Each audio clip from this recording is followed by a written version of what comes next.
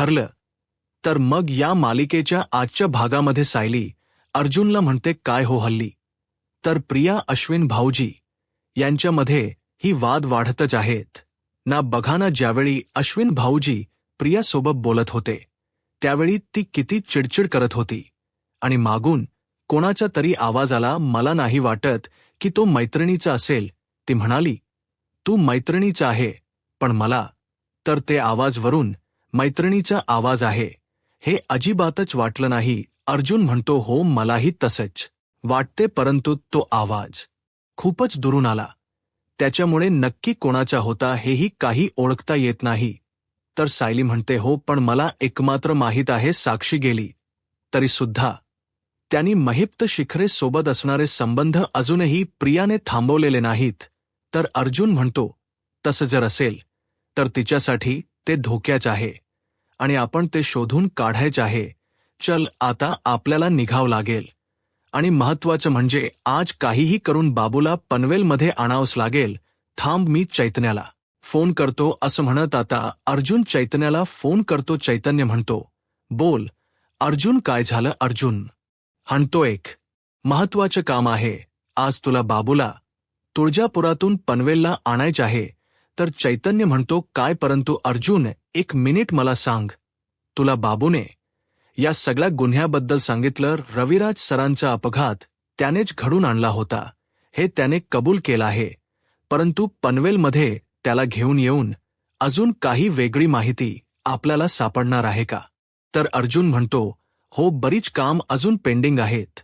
तू फक्त एक काम करायचं आहे, तुळजापुरात जाऊन बाबूला येथे घेऊन यायचं आहे आणि तेही कोणाला काही कळू न देता. चैतन्य म्हणतो, बरं ठीक आहे, मी आजच तुळजापुरात जातो आणि बाबूला घेऊन येतो आणि त्यानंतर त्याची एका चांगल्या हॉटेलवर सोय करतो. अर्जुन म्हणतो, नाही, हॉटेलवर नाही, तर आपल्या ऑफिसच्या स्टोर रूमच्या बाजूची एक रूम रिकामी आहे, तिथे तू त्याला घेऊन यायचं आहे आणि आपला सिक्रेट डोअर आहे, त्यातूनच तू त्याला आतमध्ये घेऊन जाणार आहेस. आणि हो, सगळ्यात महत्वाचं म्हणजे बाबूला तू कन्व्हिन्स करायचं आहे की तो तुळजापुरात नाही तर पनवेलमध्ये सेफ असणार आहे आणि त्याला कन्व्हिन्स करून घेऊन येण्याची जबाबदारी तुझी आहे. चैतन्य, या कामात मला कोणतीही गडबड झालेली चालणार नाही.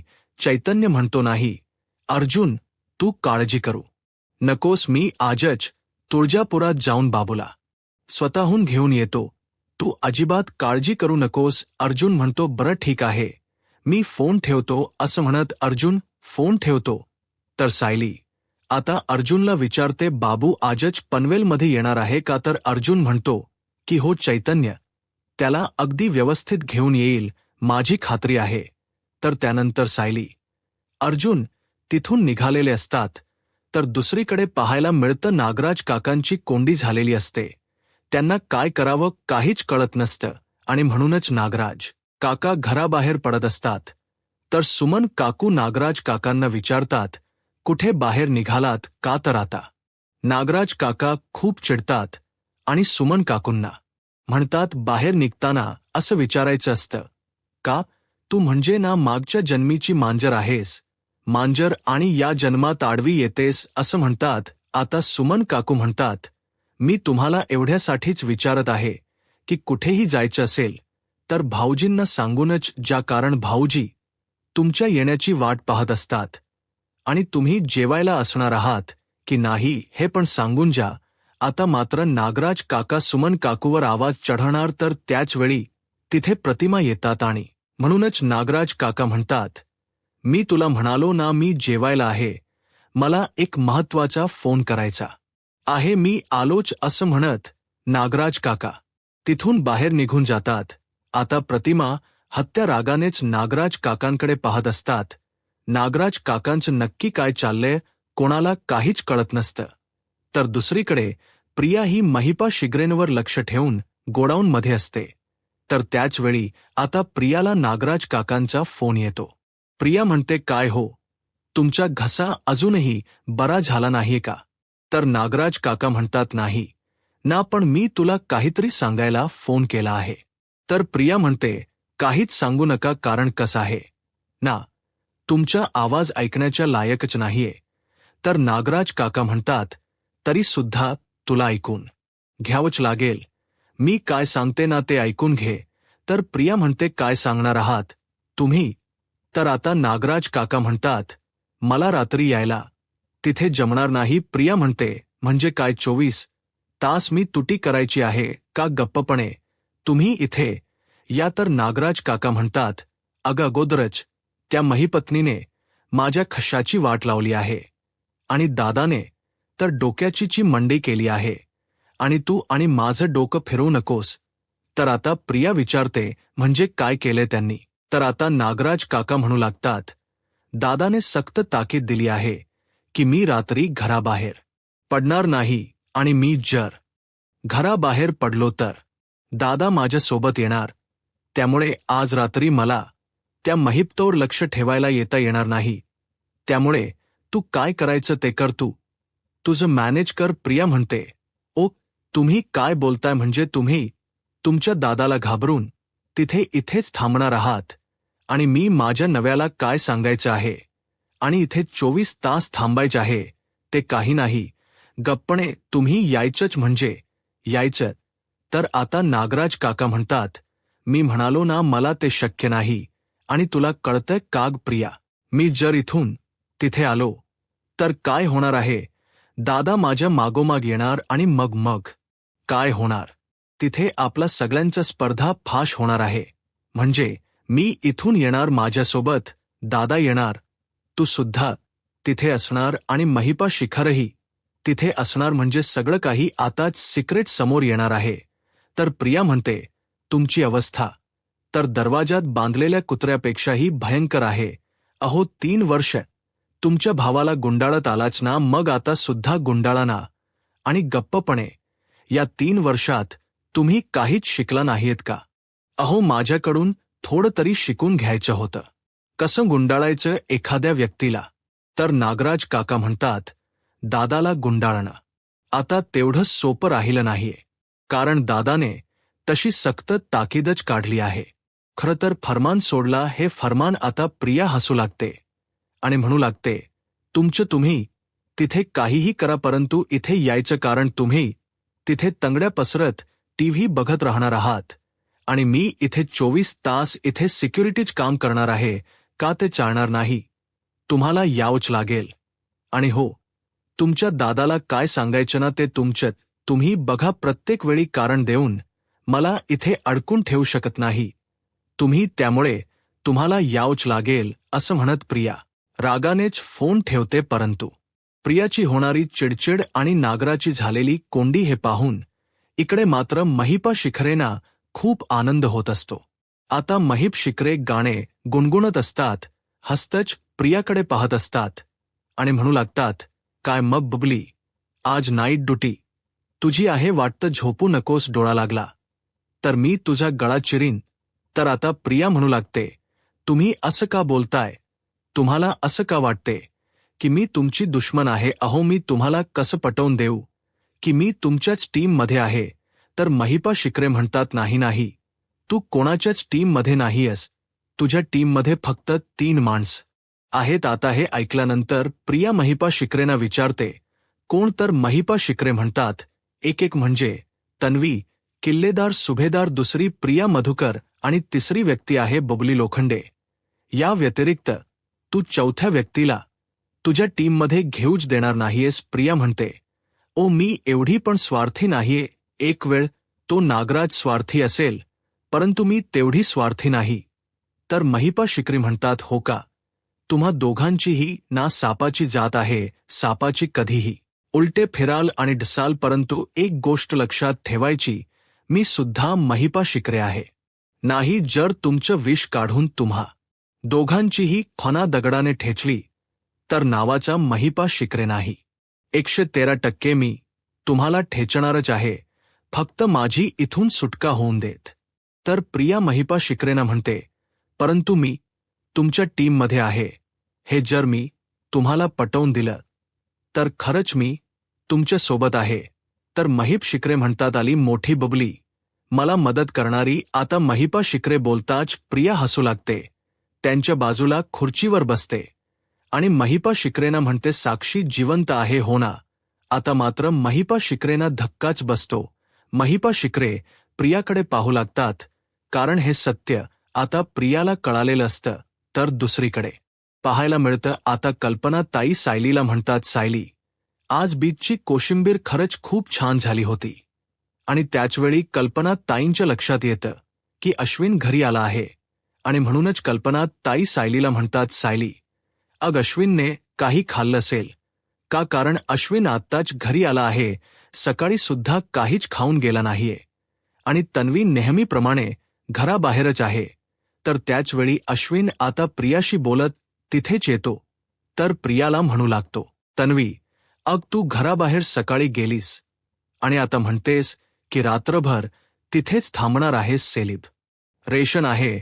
अगं कसलं सेलिब्रेशन? तर आता प्रियाने खोटं सांगितलेलं असतं की तिची मैत्रीण पोस्ट ग्रॅज्युएशन कंप्लीट केलं आहे आणि त्याचीच ती पार्टी देणार आहे.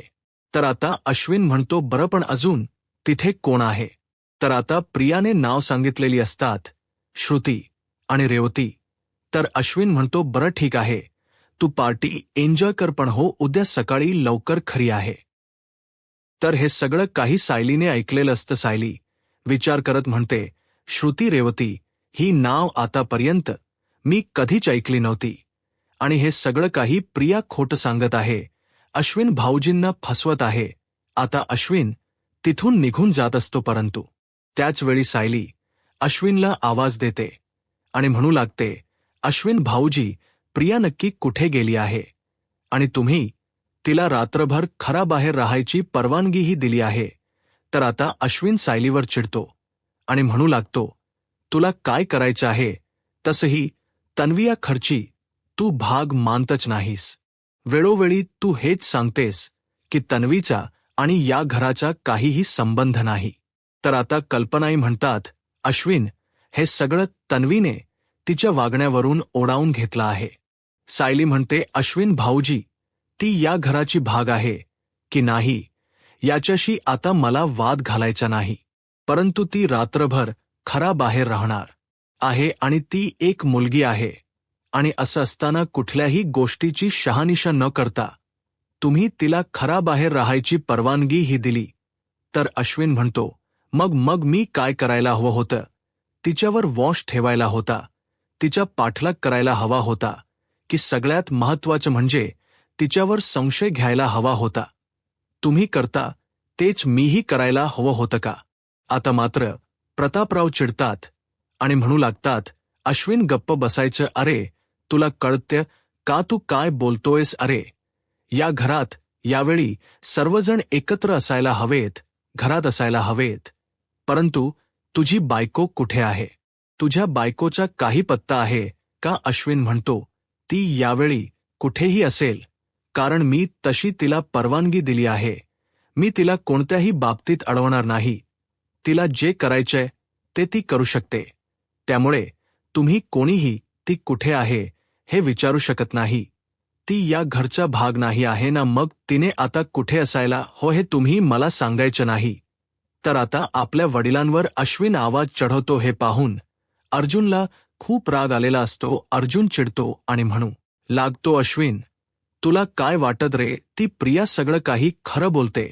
अरे आत्ता सुद्धा तुला खोटं सांगूनच ती घराबाहेर पडली आहे, तरी सुद्धा तुला मात्र काहीच फरक पडत नाहीये. अश्विन म्हणतो, नाही पडत, कारण माझा तन्वीवर पूर्ण विश्वास आहे आणि ती कधीही माझ्यासोबत खोट बोलणार नाही. त्यामुळे तुम्ही या सगळ्यात न पडणंच योग्य. तिला जे करायचे ते मी करू देणार. तिला कोणत्याही बाबतीत मी अडवणार होणार नाही आणि तुम्हीही कोणीही अडवू शकत नाही. असं म्हणत अश्विन आता रागानेच तिथून निघून जातो. अर्जुनला खूप वाईट वाटतं. तर प्रतापराव अर्जुनला म्हणतात, नको विचार करूस, रोज मरे त्याला कोण रडे? तर कल्पनाताई सायली अर्जुनला म्हणतात, जा तुम्ही दोघांनी आराम करा आणि हो त्या गोष्टीचा विचारही करू नका. त्या तन्वेचा विचार अजिबात डोक्यात आणू नका आणि स्वतःला त्रासही करून घेऊ नका. सायली म्हणते, हो आई येतोच आम्ही. असं म्हणत सायली अर्जुन झोपण्यासाठी निघून जातात. इकडे मात्र अश्विनच्या अशा वागण्याची प्रतापराव आणि कल्पना ताईंना खूप काळजी वाटत असते. तर दुसरीकडे सायली अर्जुनला म्हणते, प्रिया खरी असो किंवा नसो परंतु भांडणला मात्र तिच्यामुळे नेहमीच होतात आणि भांडण लावून जायला मात्र अजिबातच विसरत नाही. अर्जुन म्हणतो हो ना. तर त्याच वेळी आता अर्जुनला चैतन्याचा फोन येतो. अर्जुन चैतन्याला म्हणतो, बोल चैतन्य, बाबूला आणलायस का तू? तर चैतन्य म्हणतो की हो अर्जुन, बाबूला आपल्या ऑफिसच्या स्टोर रूमच्या बाजूच्या रूममध्ये मी ठेवला आहे, पण त्याला तुझ्याशी बोलायचं आहे. अर्जुन म्हणतो, बरं ठीक आहे, त्याला सांग मी उद्या सकाळी तिथे येणारच आहे, मग बोलू. चैतन्य म्हणतो, नाही, त्याला आता तुझ्याशी बोलायचं आहे. असं म्हणत आता चैतन्य बाबूकडे फोन देतो. बाबू पूर्णपणे खावरून गेलेला असतो. तर अर्जुन बाबूला विचारतो, बाबू तू नीट आलास ना? येताना काही प्रॉब्लेम तर आला नाही ना? बाबू म्हणतो, नाही, पण साहेब मला इथे भीती वाटते. त्या महिप्त शिकरीला जर कळालं मी जिवंत आहे तर तू मला जिवंत सोडणार नाही.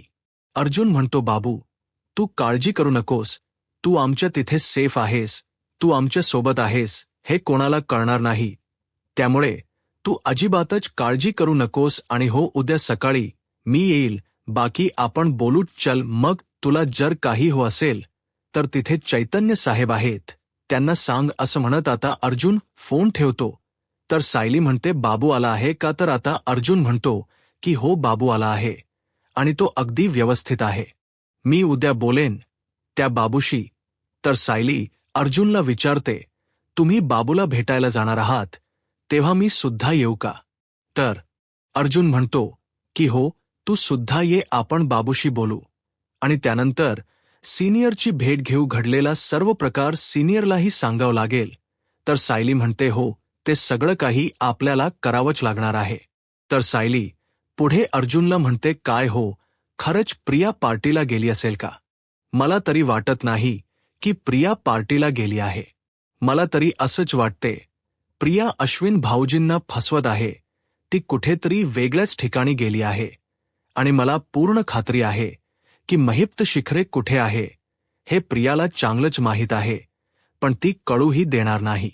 अर्जुन म्हणतो, हो, मलाही तसंच वाटत आहे, परंतु आता आपल्याला महिपात शिखरे सापडला तरी सुद्धा त्या सुपारी देणाऱ्या व्यक्तीबद्दल तो काही सांगणार नाही, पण आता आपल्यालाच त्या व्यक्तीपर्यंत पोहोचावं लागेल. सायली म्हणते, असे एक एक तुकडे जमा करून आपल्याला त्या माणसापर्यंत पोहोचावं लागेल, परंतु हे एक एक तुकडे जोडत असताना आपल्याला अजून काही तुकडे जमा करावेच लागणार आहेत.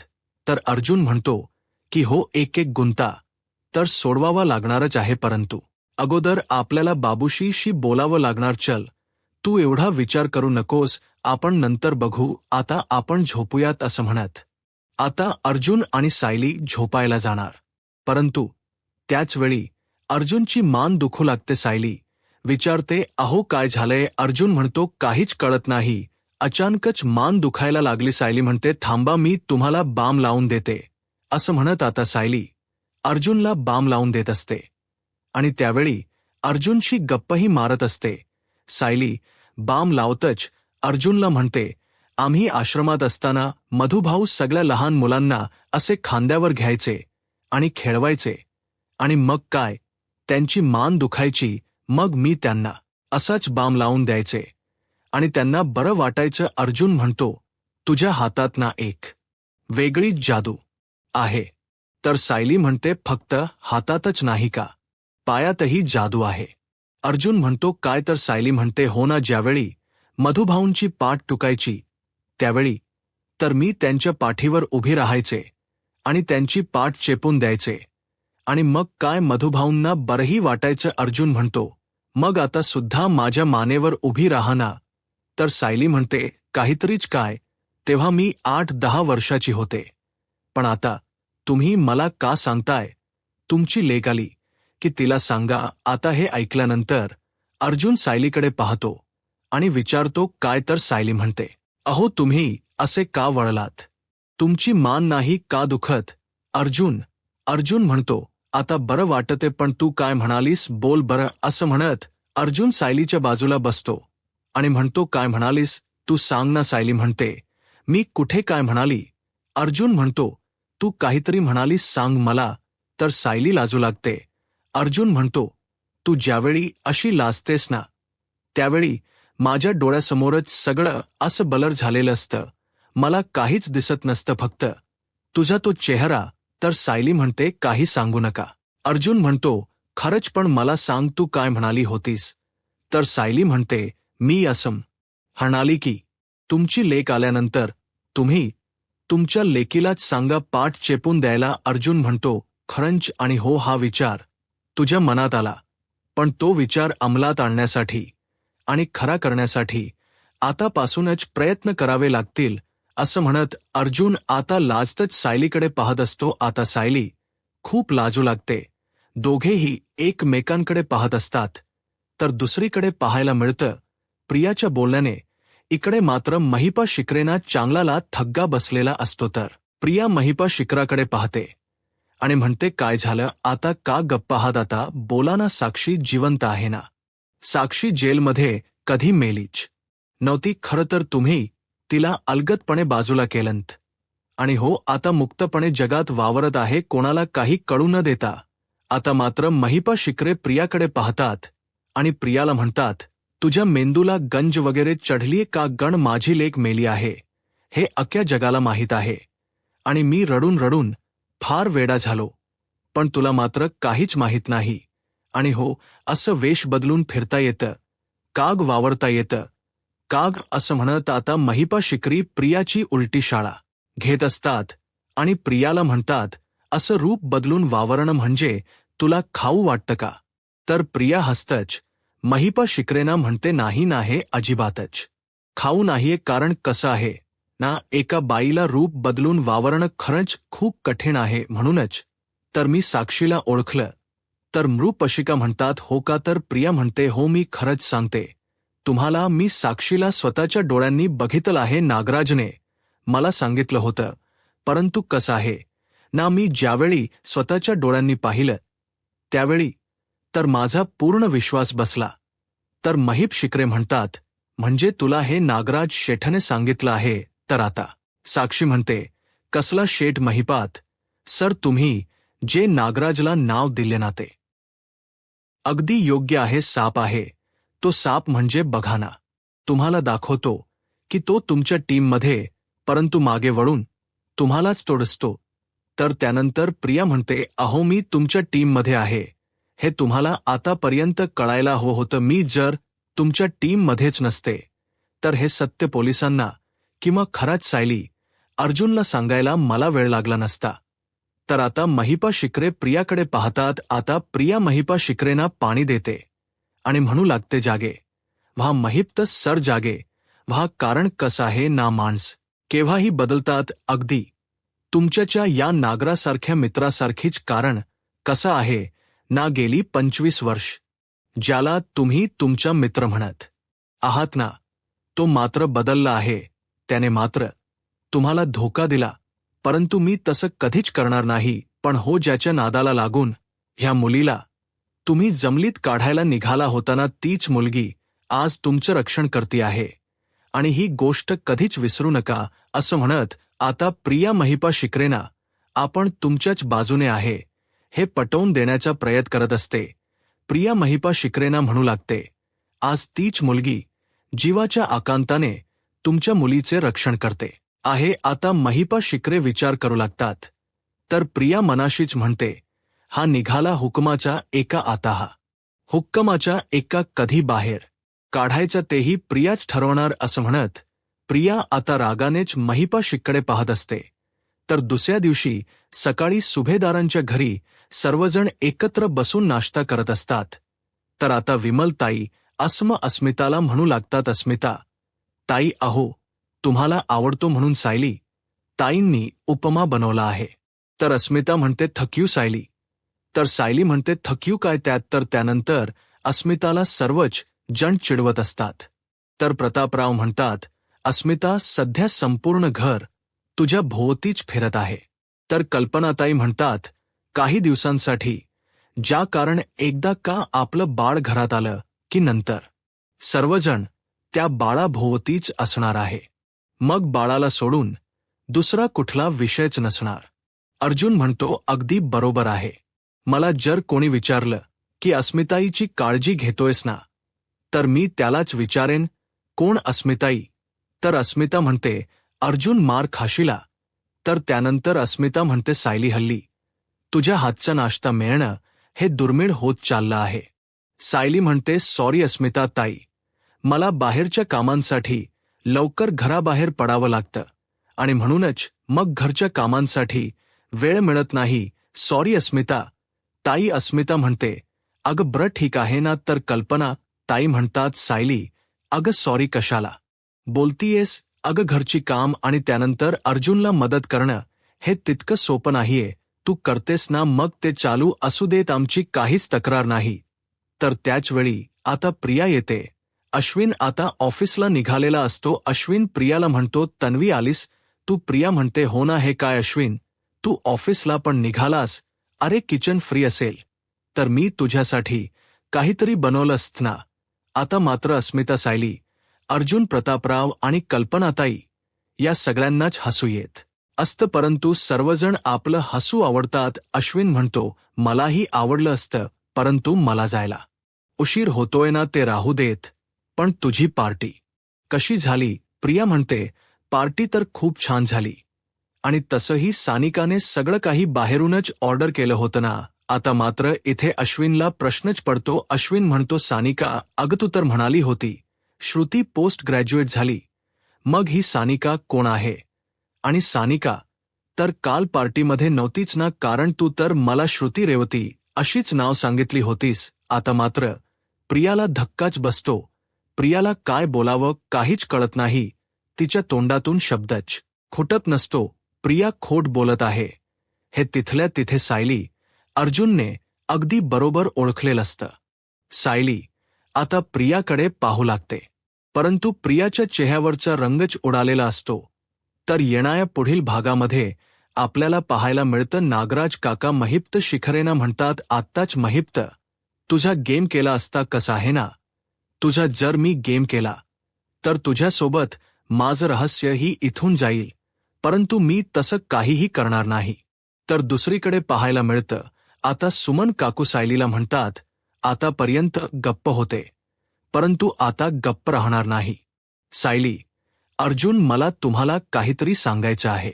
तर इकडे अर्जुन आणि सायली आता बाबूला भेटायला येतात.